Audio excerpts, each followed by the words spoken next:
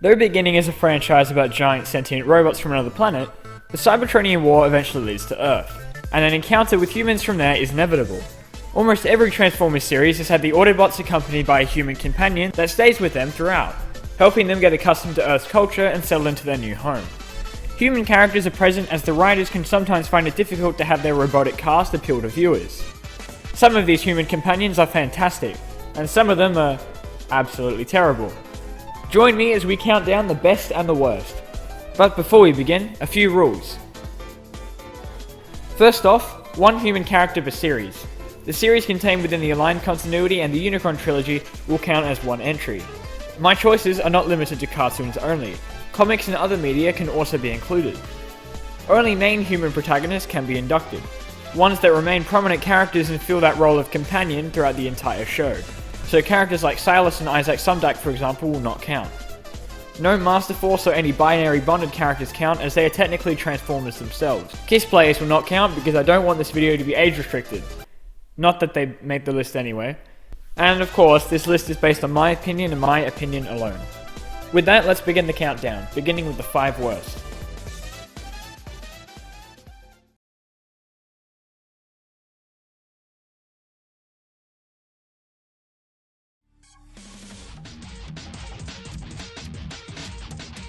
Compared to the others on this list, Kouji really isn't that bad.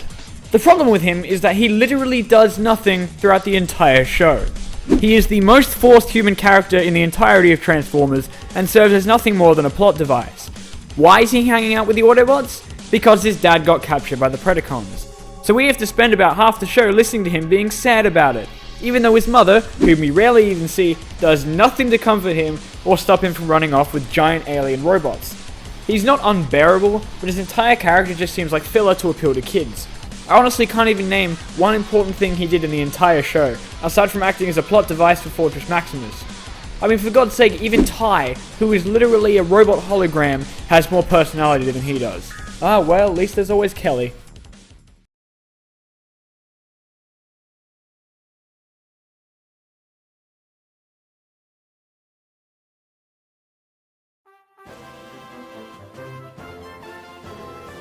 Spike should never have reproduced. Get some help. Introduced in Transformers the movie, Daniel Witwicky quickly became the reason why I hate the name Witwicky.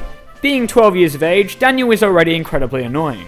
Combine that with the fact that he is rarely seen without Wheelie, who, by the way, is the most annoying Transformer ever, in his excessive appearances in the Headmasters cartoon, and you get a character who made me mute the TV whenever he showed up on screen.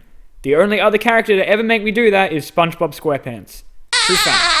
Daniel constantly finds himself in trouble because of his own idiocy, and has to continuously rely on the Autobots to get him out of ridiculous situations, proving what a crappy father Spike is.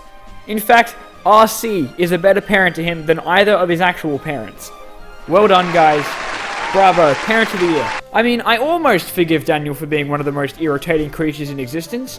He's most likely been traumatized beyond belief considering everything he's seen. In fact, the only time I would consider Daniel to be good was in the 3H comics. In the future, when not only was he older and less whiny, but also dead. Unfortunately, we only get a split second of that Daniel.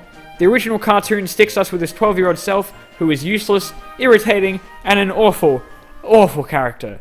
An awful character who somehow managed to have a civilized conversation with Six-Shot. Wait, what?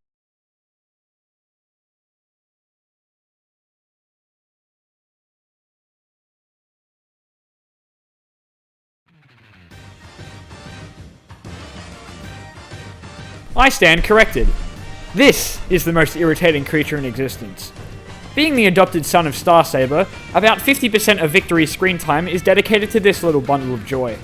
He dresses like a freaking idiot, spends that 50% of screen time screaming in the most high-pitched voice ever, in both the English and Japanese dub, mind you. Stop it. And does nothing but get in the way of the extravagant and ridiculous battles that Victory contains throughout its 44 episodes. You'd think a boy raised by giant robots would be an absolute badass. And to a certain degree, Jan is reasonably intelligent and brave, but that doesn't stop him from being the most annoying character in Victory of many. At one point in the show, the Autobots decided giving him a walking battle machine with guns would be a good idea, which increased his trouble magnet skill from 10 to 100 very, very quickly. Despite this, he continued to go to school and as a result put his classmates in danger every 5 seconds. But don't worry, he totally impressed the girls, so, it's all good.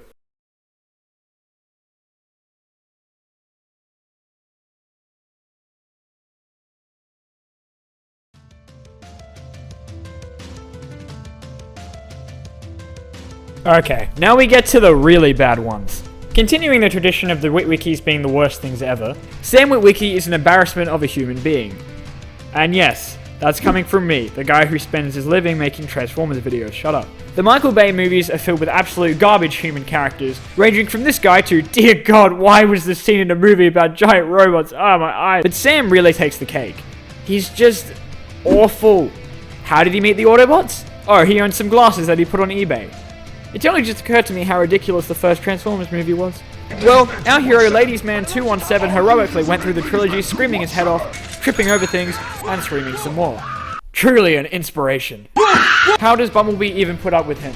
I'm not even joking when I say that about 90% of his lines are just shouting the word no over and over. No, no, no, no, no, no, no, no, no, no, no, no, no, no, no, no, no, no. Man, I would have loved to see his script. Thankfully, he has now been replaced by the much better Cade Yeager, who I have to admit is a pretty awesome character. It's a shame it took 3 movies for him to show up.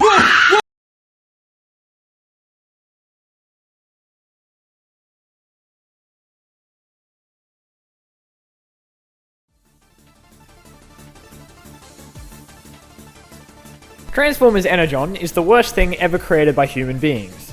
However, the evil masterminds who created it decided it wasn't bad enough. It had to have the worst human character in the entire universe, and so Kicker Jones was created.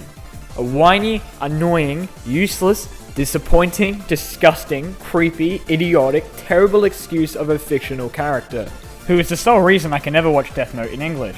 Kicker Jones is the human equivalent of a Magikarp, but like a zillion times worse. Think of Shinji, and then add in a crap ton of teenage angst, and there you go, now you have this piece of crap for 52 episodes. Sam's script may have said no over and over, but Kicker's just says Ironhide because that's all he ever says. One episode he's like, oh, I hate the Autobots, they suck. And then about 5 seconds later, oh, Optimus, I love you. Because the writers were 5-year-old children who weren't intelligent enough to have consistent plot points. I hate this show so much. Why does this garbage do this? I hate this. Before Diamond goes on a murderous rampage, here's the top 5 best human characters.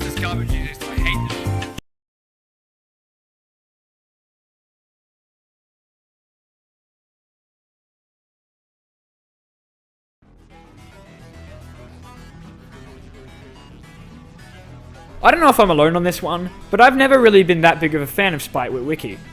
Though in more recent times his character has been reimagined and turned into more of a badass action hero, specifically IDW's interpretation of him, I've never really been that big of a fan of his character. Spike began in the original Generation 1 cartoon working on an oil rig with his father Sparkplug until it was attacked by the Decepticons, and the rest is history. Though forming an adorable and unbreakable friendship with Bumblebee, Spike's character was quite dull and uninteresting. And also, he was an absolute idiot.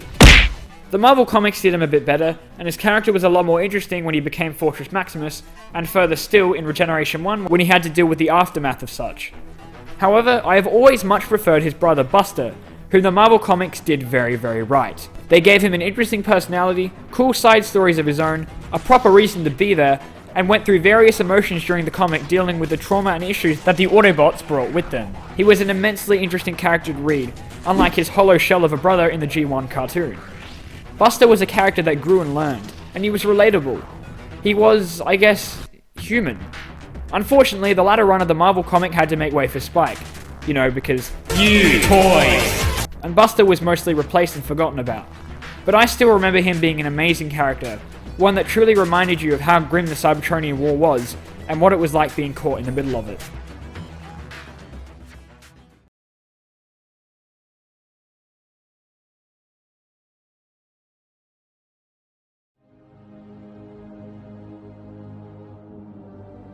The Unicron trilogy has probably the most anime-like characters that Transformers has ever seen, and in some cases, it worked really well, and in others, it really, really didn't. Though I have stated in the past that I wasn't that big of a fan of Transformers Cybertron, I really liked the human characters in that show. Bud wasn't overly annoying and was actually a kinda cool character, his imagination and bubbly personality bringing humor to the show.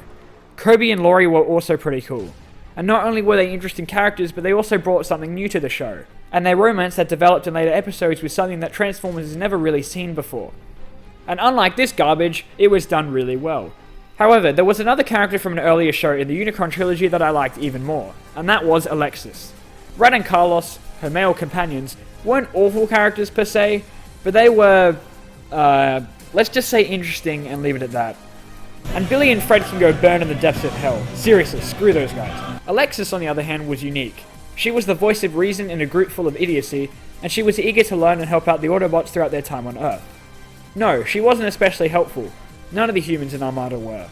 But she was interesting, and her interactions with other characters were sweet, specifically that of Starscream near the end of the show. Alexis was what drew Starscream to redemption, and she managed to form a bond with a Decepticon in one of the most adorable relationships in all of Transformers.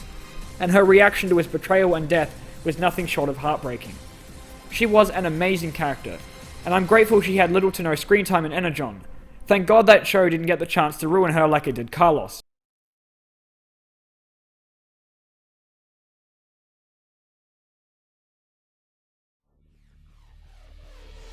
The aligned continuity had some pretty awesome human characters. Unlike some, I really didn't mind the human characters in Prime. In fact, I liked them all in equal amount. Yes, even Miko. Though she could get annoying, I thought she was alright, and I was surprised to find that I didn't hate Denny and Russell as much as I thought I would. Jack especially was an awesome character, but none of those five are who get my pick. No, that achievement goes to Agent Fowler. Hell yeah. Think of the most American person in the entire world and times that by 1 billion. Then add in every single action movie badass ever, and you have but a fraction of the awesomeness that is Agent Fowler. Brave enough to stare giant robots in the face, tough enough to withstand torture from Starscream, and so much of a badass that he doesn't give a crap how dangerous something is. He heads right into the action using his plethora of vehicles at his disposal. Fowler is so American that he exclaims some sort of American expression at least once per episode. And he's so mysterious that he speaks in his own language whenever he's unconscious. Bananafish! The Decepticons sure are lucky Fowler didn't unleash his true power on them.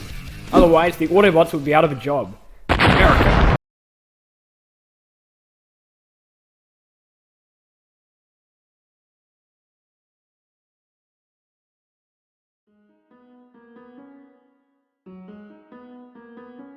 Though IDW are already skilled at creating fantastic and relatable personalities for the Cybertronian cast of their comic, they do a pretty good job with humans as well. Though a plethora of human characters have been introduced throughout IDW's long run of Transformers comics, my favourite has to be the very first one we met, and a now reoccurring character, Verity Carlo. She's independent and trusts no one, and prior to meeting the Autobots got around on theft alone. When she got involved with the Cybertronian Civil War, she was quick to volunteer to assist them, displaying her bravery.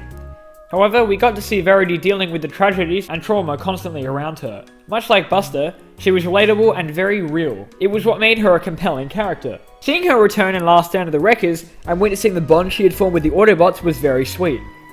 She became the first human to ever join the Wreckers, predating Miko, staying strong in the face of fear. Of course, Last Stand of the Wreckers isn't exactly a family-friendly comic.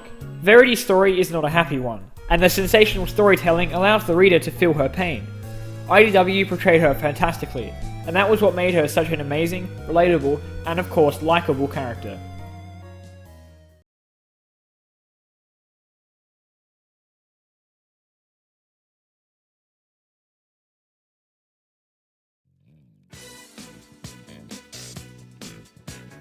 I spent a good 10 minutes or so deciding whether Sari counted, considering she's actually techno-organic. But she filled the role of human protagonist throughout the show, and is at least part human, so she counts in my book. And I'm glad she does, because Sari is undoubtedly the greatest human character in any Transformers series. She became a useful asset to the Autobots thanks to her Allspark key, which allows her to heal Cybertronians and access pretty much any machine, and also solve pretty much every problem that the writers couldn't be bothered coming up with a proper solution to. Really lazy, guys. Unlike human characters before her who had their dads captured by evil giant robots, she was actually useful. But usefulness wasn't all that made Sari interesting. Not only was she adorable, but she was actually really funny. And she could handle herself in a fight, in one episode defending the Autobot base from the Constructicons all by herself in her Home Alone style.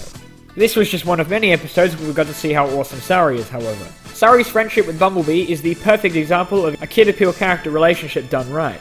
And unlike other humans in Transformers shows, rather than taking away from the plot, she added to it and made animated even more awesome. And this was all before the massive plot twist in Transwarped, that revealed that she was actually part Cybertronian.